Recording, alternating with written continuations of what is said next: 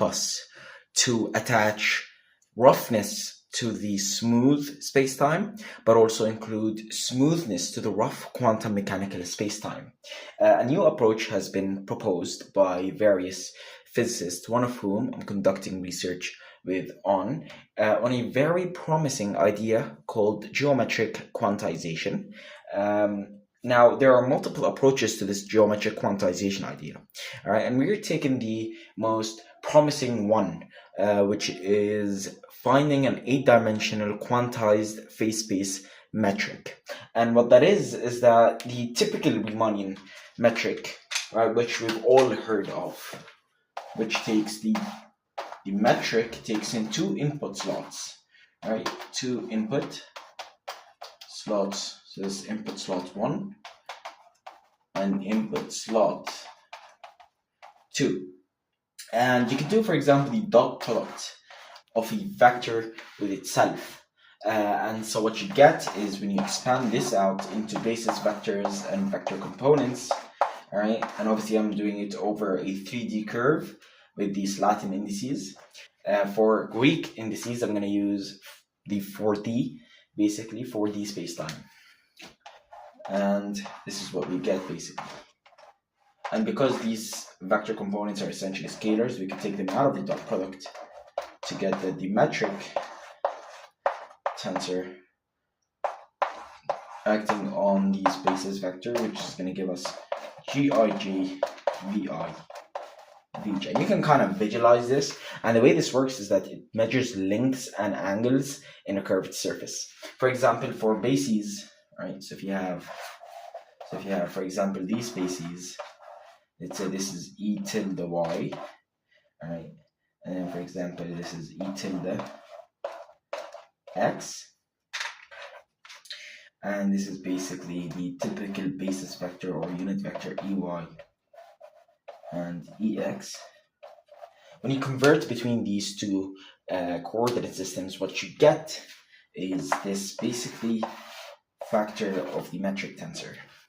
Now, obviously, in normal or orthonormal coordinates, where the basis vectors are 1 unit in length, what you get is that the line element or the length of the vector ds squared is just going to equal to the small vector dx squared plus another small vector dy squared. That's only in orthonormal bases.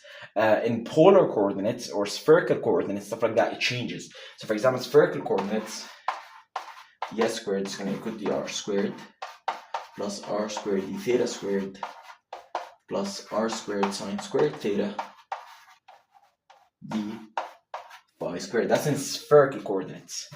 All right, and as you can see, I'm not sure. And so this is basically what the metric does. It measures lengths and angles in space time. Also, what you get here is, for example, if you have a vector v, right, which is expanded out as vi, you can get the j factor by a small, basically, this small transformation law, which is proven later. All right, I'm not going to prove it now, it's just a revision, all right, which can be proven. All right, and basically this gives you the so this gives you basically, and you can kind of change between them. So this gives you the dual vector space, which are these co-vector lines, for instance, and a vector that passes through. All right, so force can be measured in these. All right, you can have like stacks in 3D. It's like stacks. So how much can the vector pass through? And these little tiny differentials over here, all right, these are co-vectors, but not in this case though. In this case, we're kind of abusing notation, all right? But normally when you see, for example, dxi, let me just write it over here, just erase some of the stuff on the board. All right. So when we have, for example, dxi, that's also a differential, and this is a covector. It's dual to the bases, right? Essentially, and these basis vectors are partial derivative operators, all right? Because I'm not going to explain why exactly, but you can kind of think of them as a rate of change of position vectors. So if you have a position R, and you have another position, and the same position shifted by a factor of h, then the rate of change of this R, the derivative, right, Rx plus hy minus R of xy over h. So if h is 1 unit, then the rate of change when h is 1, right? So when h is 1, then this gives you a 1 unit vector. That's only in orthonormal coordinates. If h is 1/2, so the distance between them has shrunk by 1/2, then you get a vector pointing 1/2 in this direction, but because you're also dividing by 1/2, you're basically multiplying by 2, so you always get this 1 unit vector. This works in Cartesian coordinates. That's why these bases are basically derivative position vectors with respect to an xj coordinate. Right? But obviously in intrinsic geometry, you do not have this because we do not have a concept of an origin point. So you can kind of think of the basis vectors acting on curves, for example, that points in the xj, the xi coordinate, whatever, and how much the curve basically changes. You kind of think of these basis vectors as those kind of vectors pointing this stack. And obviously they all live in a type of space, which is the tangent vector space. All right, at a given point P on some manifold M gives you the tangent vector space TPM, essentially. And this is kind of a review of Riemannian geometry. This is a quick review of Riemannian geometry. And now we're going to get into the Finsler geometry.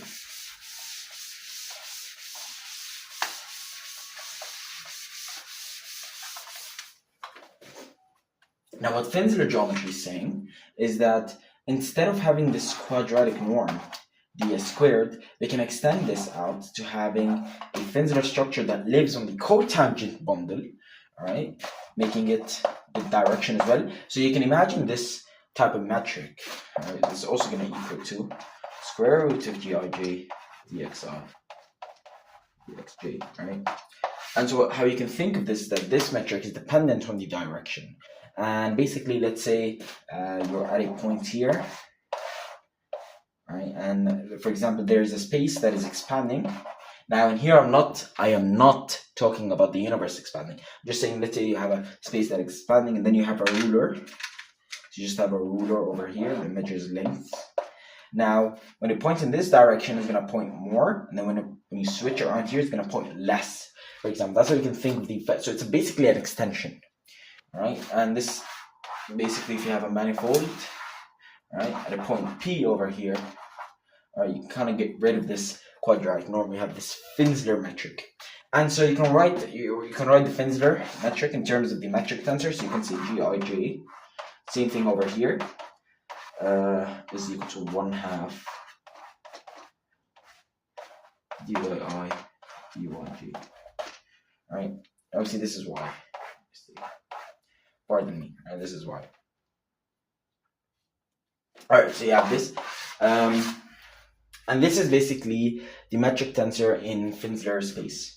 And the reason we have this, or we actually need this, is just merely an extension to talk about the cotangent space. And the reason we need this cotangent space is for quantum gravity effects. So you're going to see right now.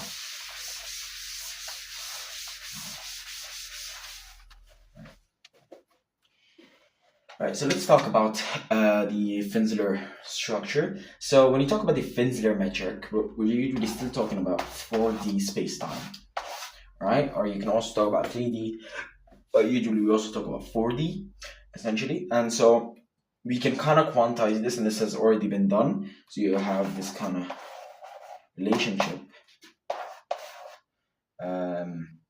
You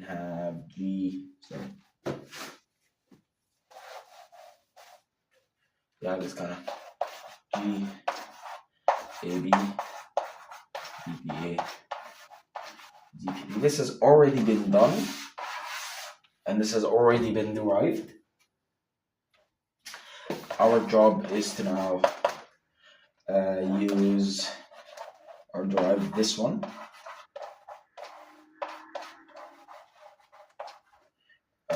Oops. Oh, all right, very good.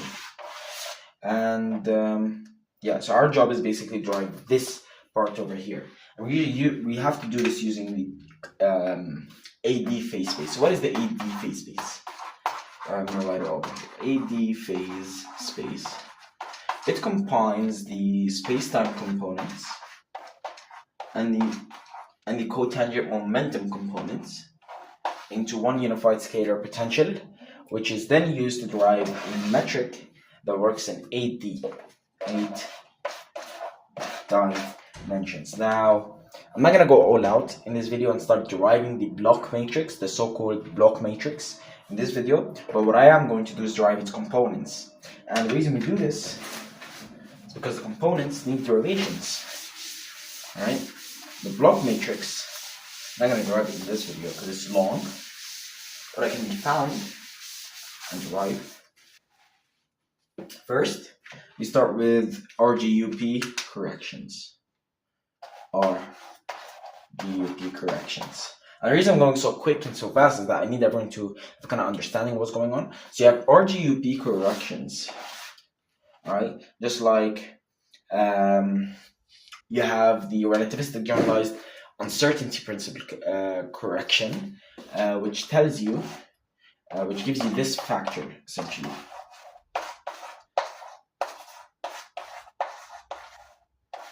Right?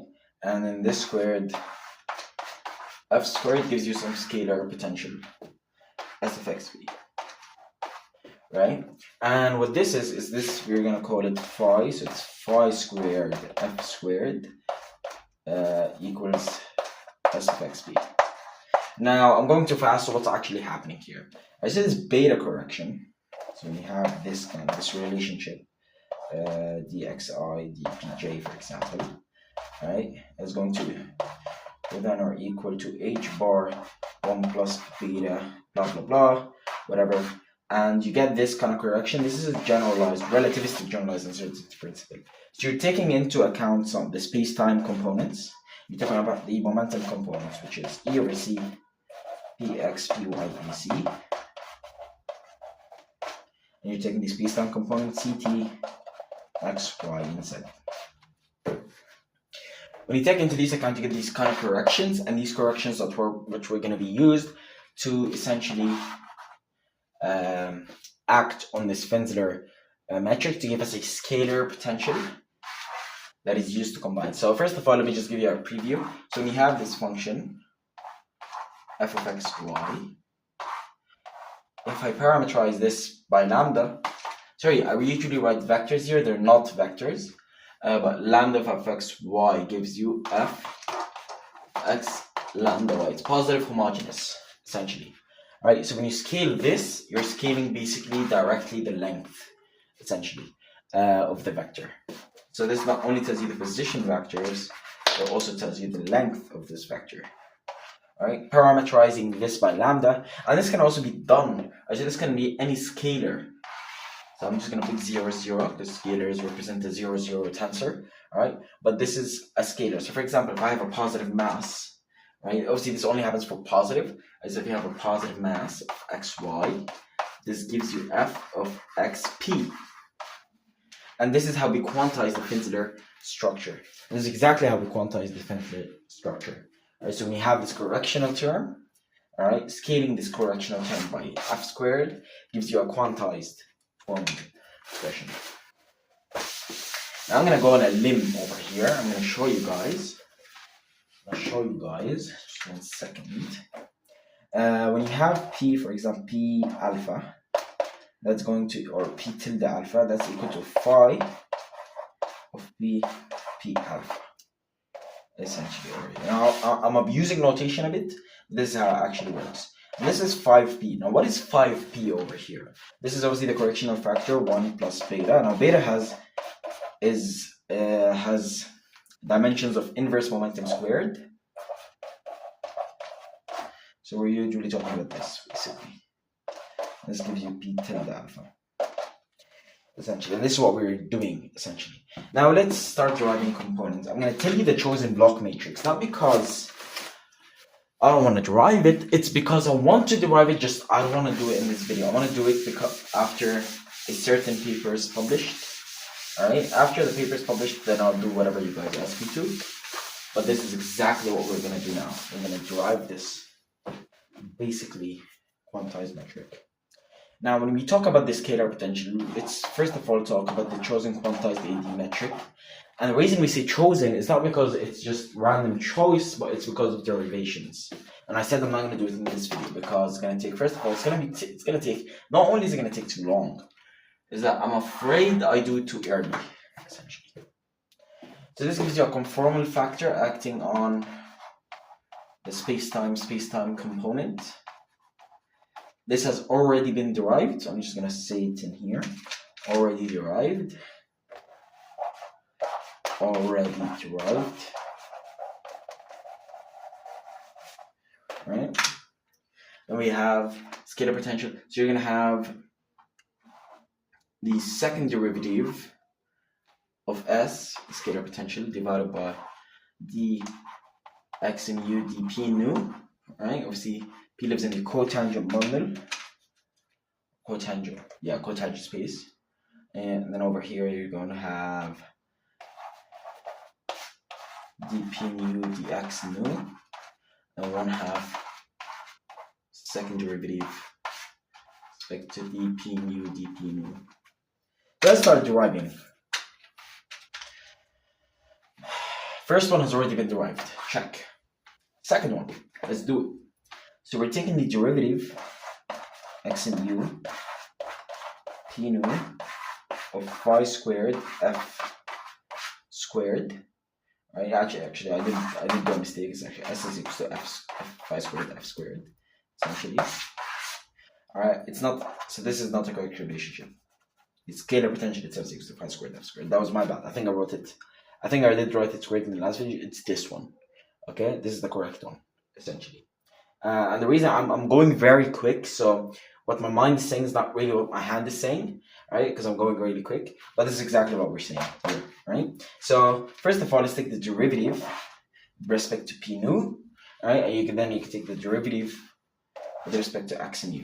Now the derivative with respect to x mu is very easy because phi is independent of any x value. F squared is dependent of any x value. Now the light is flickering a bit, right? But yeah. So we can expand this out using product rule.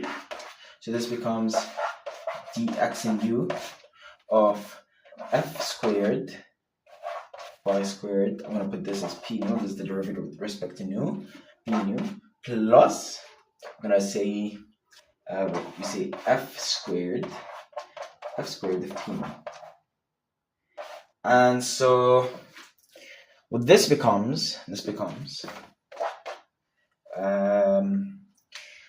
f squared x in u phi squared p nu plus phi squared of f squared x in u p nu. And we keep it in this form, and the reason we do that is because the easiest f squared metric is equal to the Klein metric. And that we can choose any kind of Finsler metric, just like the metric tensor. You can kind of say any assumption, right? And then you get the Schwarzschild metric and whatever. But yeah, you can make this the Klein metric and start deriving. Oh, the light is flickering a bit. Right. Now we can do this the exact same over here, and we can do the exact same over here. And then we can expand out. So we can actually derive this using phi squared equal to 1 plus beta p rho squared.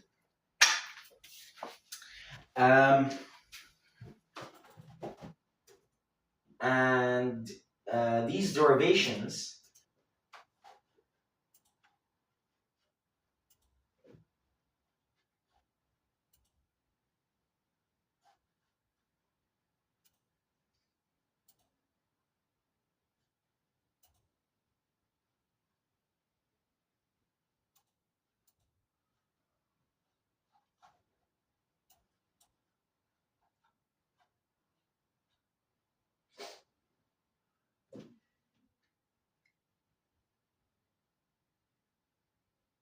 So these derivations essentially give me,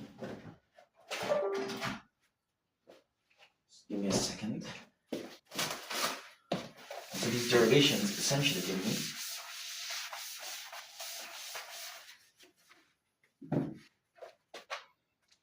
they give me 4. So this is the XP, all right, union. This is going to give me 4 beta,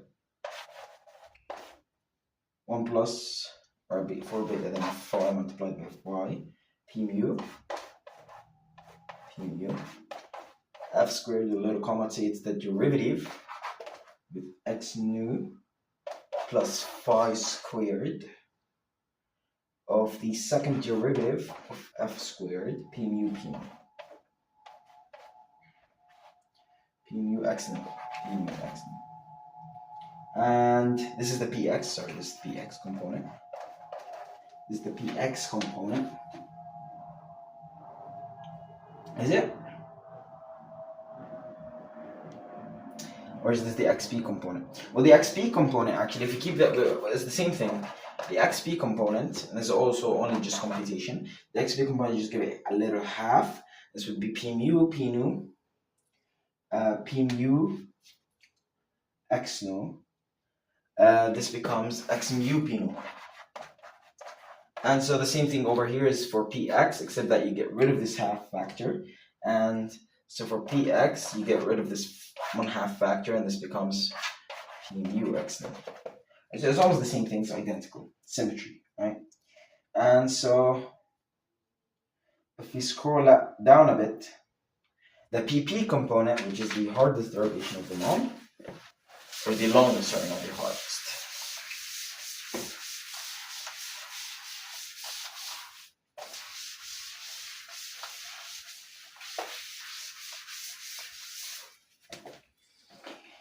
And so the pp component becomes a g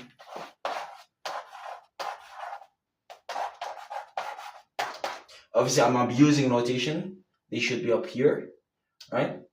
But whatever, I'm abusing notation. This gives us 1/2, 1/2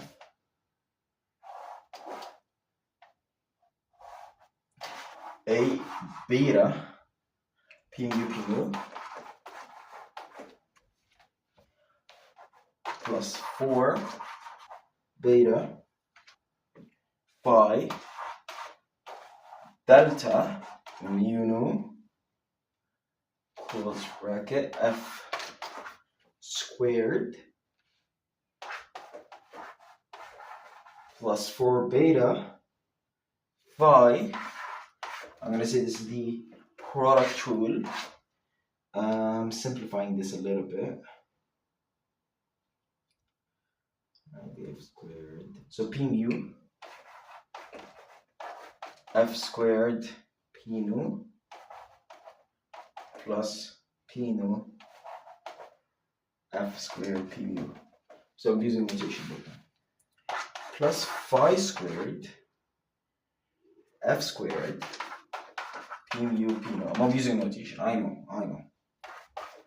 Right? But abusing notation is not the main part. It's not the issue.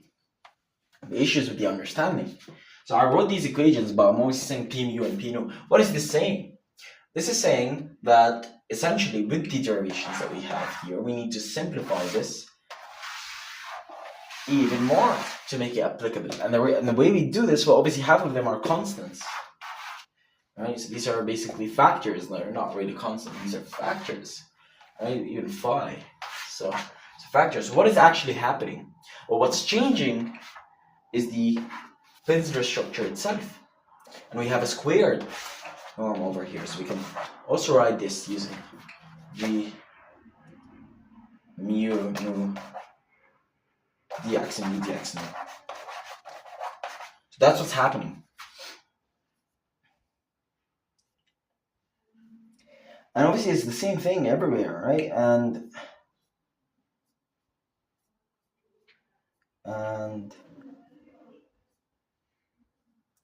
Just go down on a limb over here.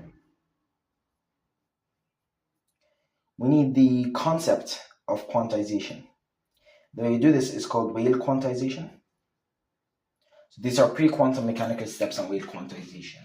And so there's also an additional factor that we included in the paper, which is dp mu wedge product. Dx and the wedge product, you all should know it. It's equal to, so the wedge product between mu and nu is this one minus this one, essentially.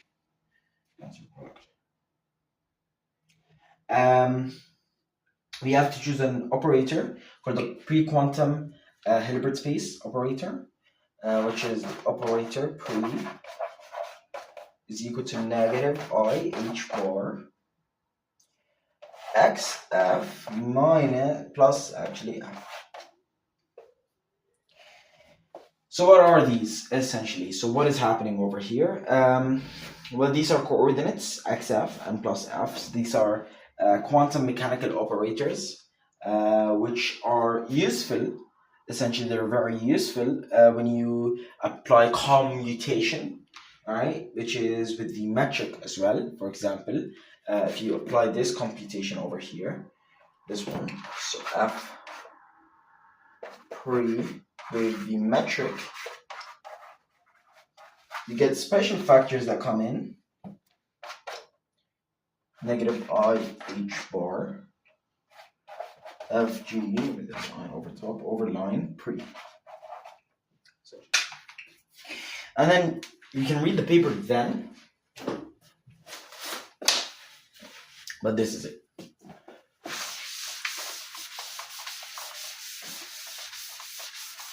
And so I'm just going to go on a limb over here as well. All right, so what am I going to say?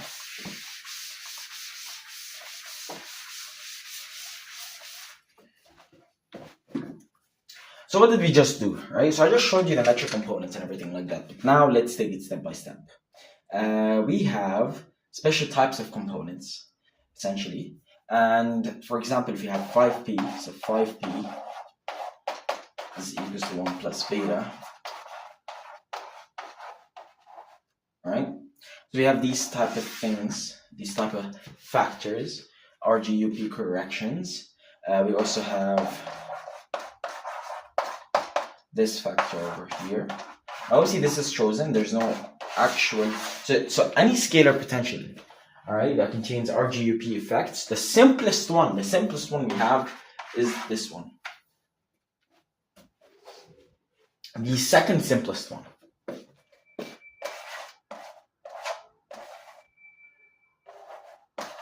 All right, and so phi squared is equal to this one squared. Right, so the phi squared is equal to this one squared. Now, you can see that there's a huge change between applying input sorts of vectors to actually talking about the tangent space itself, to the cotangent space, to the AD phase space. You can see there are various components that we call XA and XB, which are made up of X and U, P nu. And so these run from 0 to 7, and these run from 0 to 3. And these are special types of components. Yeah. That's it. Thank you.